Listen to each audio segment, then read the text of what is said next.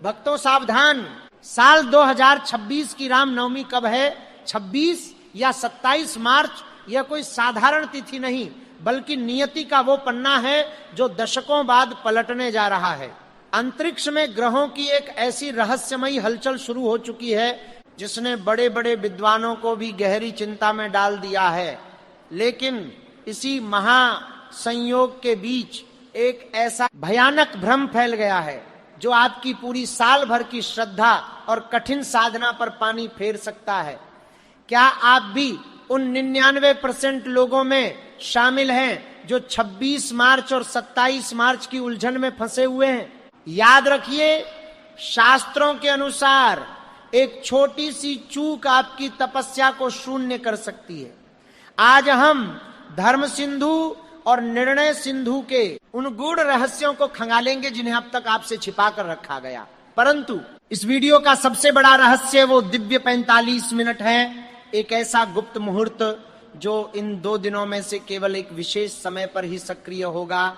सिद्ध महापुरुषों का मानना है कि इस कालखंड में की गई पुकार सीधे साकेत धाम के द्वार खटखटाती है और वहां से कोई भी याचक खाली हाथ नहीं लौटता। क्या आप उस एकमात्र सही दिन और उस चमत्कारी मुहूर्त को जानने के लिए तैयार हैं? अगर हां, तो इस वीडियो का एक एक शब्द आपके और आपके पूरे परिवार के सौभाग्य का द्वार खोल सकता है। चलिए इस महाभ्रम का अंत करते हैं और जानते हैं शास्त्रों का वो अंतिम निर्णय जो आपकी किस्मत बदल सकता है। चैत्र मास की शुक्ल पक्ष की नवमी तिथि ही वह पवित्र दिन है जब मर्यादा पुरुषोत्तम भगवान श्री राम ने माता कौशल्या के गर्भ से इस धरती पर अवतार लिया था। यह दिन केवल एक उत्सव मात्र नहीं है, बल्कि यह एक बहुत बड़ी ब्रह्मांडीय घटना है। जब सूर्य मेष राशि में अपनी उच्च अवस्था की ओर बढ़ता है और अन्य ग्रह अपनी शुभ स्थिति में होते हैं, तब रामनवमी का पावन पर्व आता है। साल 2026 में ग्रहों की यह चाल और पंचांग की गणित कुछ इस तरह उलझी हुई है कि नवमी तिथि 2 दिनों में बंट गई है। पंचांग के अनुसार जब भी कोई तिथि 2 दिनों तक चलती है तो सबसे बड़ा सवाल उदया तिथि का आता है। क्या हमें उस दिन व्रत करना चाहिए जिस दिन सुबह सूर्योदय के समय नवमी हो, या उस दिन जब दोपहर के समय नवमी हो? शास्त्र कहते हैं कि भगवान राम का जन्म मध्याह्न काल यानी दोपहर के ठीक मध्य में हुआ था और उस समय आकाश में अभिजित मुहूर्त था। इसलिए रामनवमी के लिए उस दिन को सबसे उत्तम माना जाता है। जिस दिन दोपहर के समय नवमी तिथि व्याप्त हो, यही वह पहला सुराग है जो हमें सही दिन तक ले जाएगा। लेकिन कहानी इतनी सीधी नहीं है। इस बार पंचांग की गणना कुछ ऐसे रहस्यमय संकेत दे रही है जिसे समझना हर किसी के बस की बात नहीं है। आइए इस रहस्य की गहराई में जाने से पहले त्रेता युग के उस दिव्य क्षण को याद करते हैं। अयोध्या के राजा दशरथ के महल में गहरी उदासी छाई थी। कोई संतान न होने के कारण राजा दशरथ और उनकी 3 रानियां अत्यंत दुखी थे। तब गुरु वशिष्ठ की सलाह पर श्रृंगीषि ने पुत्र कामेष्टि यज्ञ किया। उस यज्ञ की प्रचंड अग्नि से स्वयं अग्निदेव प्रकट हुए और उन्होंने दिव्य खीर का एक पात्र राजा दशरथ को दिया। राजा ने वह खीर अपनी 3 रानियों में बांट दी और फिर समय अपनी गति से चलता रहा। चैत्र मास आया, प्रकृति एक अलग ही आनंद में झूम उठी। ठंडी और सुगंधित हवाएं चलने लगी। न ज्यादा गर्मी थी और न ज्यादा सर्दी। शास्त्रों में वर्णन है कि जिस दिन प्रभु श्री राम का जन्म होने वाला था, उस दिन सूर्य देवता अपने रथ को रोककर आकाश में खड़े हो गए थे। वे उस दिव्य दर्शन के लिए लालायित थे। ठीक दोपहर के 12 बजे जब सूर्य आसमान के ठीक बीचों बीच चमक रहा था, तब माता कौशल्या के कक्ष में एक अलौकिक प्रकाश फैल गया। शंख और नगाड़े बजने लगे। देवता आकाश से पुष्पों की वर्षा करने लगे। भगवान विष्णु ने अपने चतुर्भुज रूप में माता कौशल्या को दर्शन दिए और फिर एक साधारण शिशु के रूप में रोने की लीला की। ये कोई साधारण जन्म नहीं था, ये उस परम ब्रह्म का अवतरण था जो ब्रह्मांड के कण कण में वास करता है। जिस क्षण भगवान का जन्म हुआ, वह क्षण आज भी रामनवमी के दिन पूरे ब्रह्मांड में ऊर्जा का एक विशेष चक्र पैदा करता है। इसीलिए शास्त्रों में मध्याह्न काल के मुहूर्त को इतना अधिक महत्व दिया गया है। जो लोग इस रहस्य को नहीं समझते वे केवल कैलेंडर देखकर किसी भी दिन पूजा कर लेते हैं, लेकिन जो आध्यात्मिक रहस्य को जानते हैं वे उस सटीक क्षण का इंतजार करते हैं। अब हम साल 2026 की उस गणितीय उलझन की तरफ बढ़ते हैं जिसने बड़े बड़े विद्वानों को भी विचार करने पर मजबूर कर दिया है। चैत्र शुक्ल नवमी तिथि का आरंभ 26 मार्च 2026 को हो रहा है, लेकिन क्या 26 मार्च को सुबह सूर्योदय के समय नवमी है? नहीं। पंचांग की सटीक गणना के अनुसार नवमी तिथि 26 मार्च को सुबह के बाद शुरू हो रही है और ये 27 मार्च तक चलेगी। यहीं पर सारा भ्रम खड़ा होता है।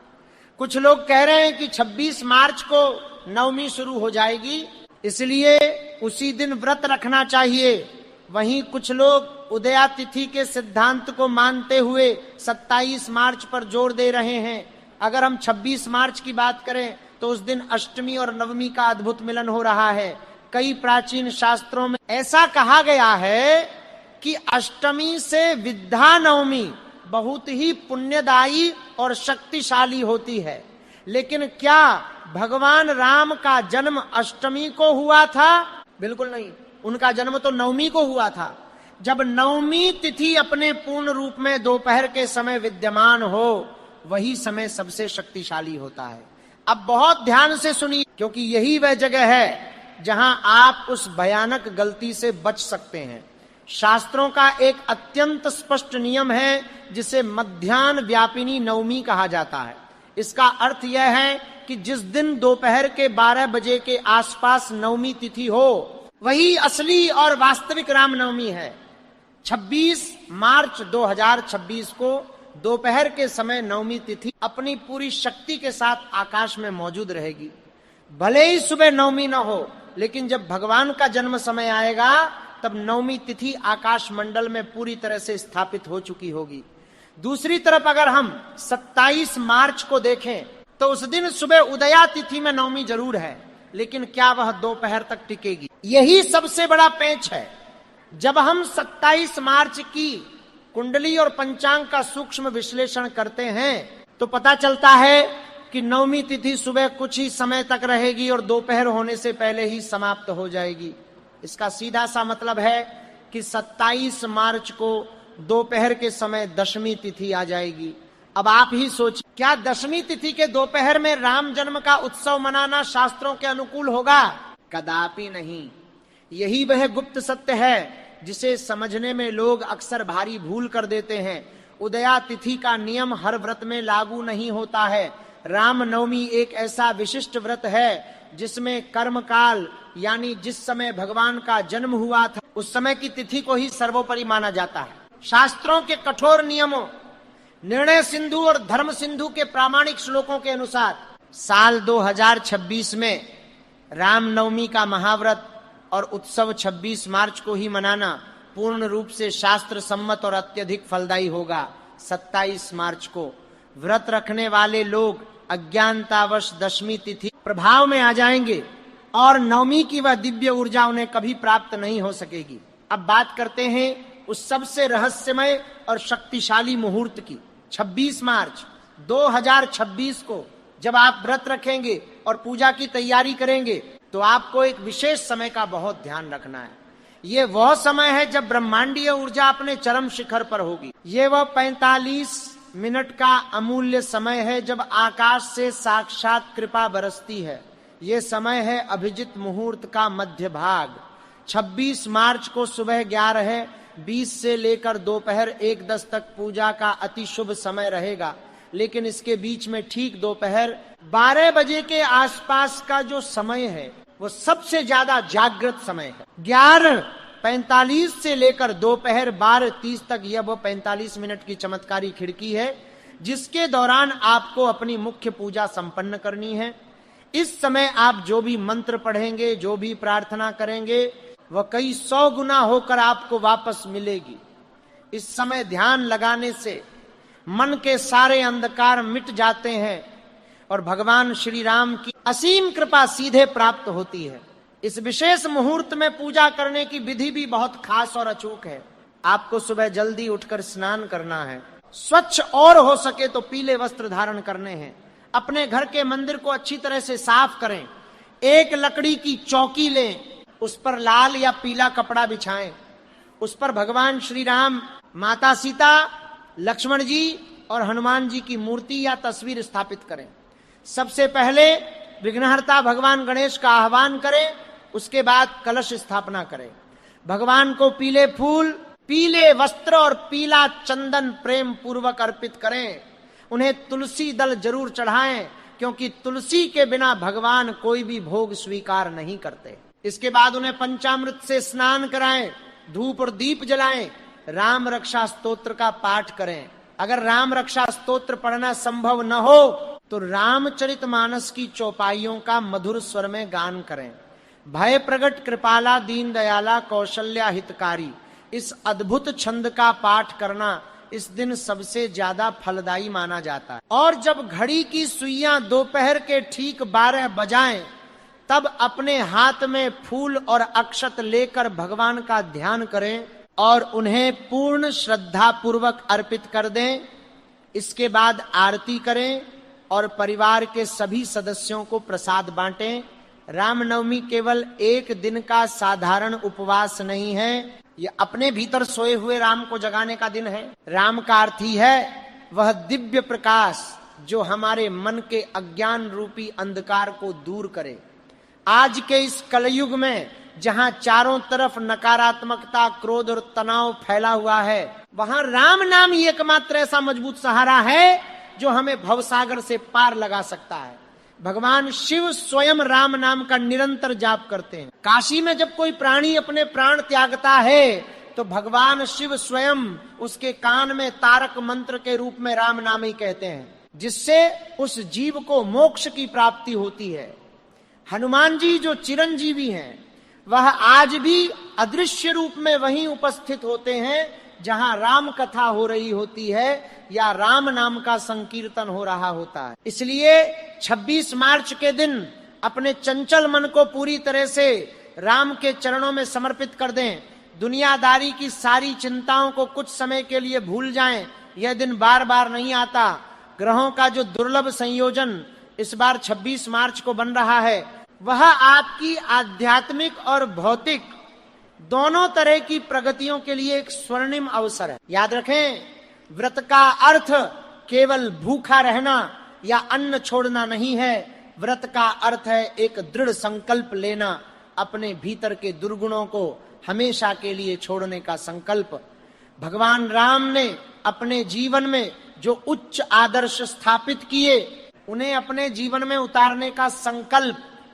राम ने एक आदर्श पुत्र, एक आदर्श भाई, एक आदर्श मित्र और एक आदर्श राजा की भूमिका निभाई। अगर हम उनके गुणों का एक छोटा सा अंश भी अपने भीतर ले आएं, तो हमारा जीवन पूरी तरह से सार्थक हो जाएगा। बहुत से लोग व्रत के दौरान बेवजह क्रोध करते हैं, झूठ बोलते हैं या दूसरों की निंदा करते हैं। ऐसा करने से व्रत का सारा महान पुण्य उसी क्षण नष्ट हो जाता है। इसीलिए 26 मार्च को अपने मन, वचन और कर्म से पूरी तरह पवित्र रहें। किसी का दिल न दुखाएं। हो सके तो उस दिन किसी गरीब या जरूरतमंद की मदद जरूर करें। भगवान राम अगर शबरी के झूठे बेर प्रेम से खा सकते हैं, तो वे आपके सच्चे भाव से चढ़ाए गए एक छोटे से फूल से भी प्रसन्न हो जाएंगे। उन्हें आपकी किसी महंगी वस्तु की कोई आवश्यकता नहीं है। उन्हें केवल और केवल आपके सच्चे प्रेम की आवश्यकता है। भगवान राम का जन्म सूर्य वंश में ही क्यों हुआ? सूर्य प्रकाश का प्रतीक है, सूर्य अनंत ऊर्जा का प्रतीक है और सूर्य बिना किसी भेदभाव के पूरी सृष्टि को अपना प्रकाश देता है। भगवान राम भी सूर्य की तरह ही हैं। उनके राज्य में, जिसे हम राम राज्य कहते हैं, कोई दुखी नहीं था, कोई दरिद्र नहीं था। प्रकृति अपने पूर्ण यौवन पर थी। राम नवमी का यह पावन पर्व हमें उसी राम राज्य की याद दिलाता है। जब हम 26 मार्च 2026 को दोपहर 12:00 भगवान की आरती उतार रहे होंगे, तो हमें यह प्रार्थना भी करनी चाहिए कि हे प्रभु, हमारे मन के भीतर भी एक ऐसे ही राम राज्य की स्थापना हो, हमारे विचारों में सत्य हो, हमारे कर्मों में धर्म हो।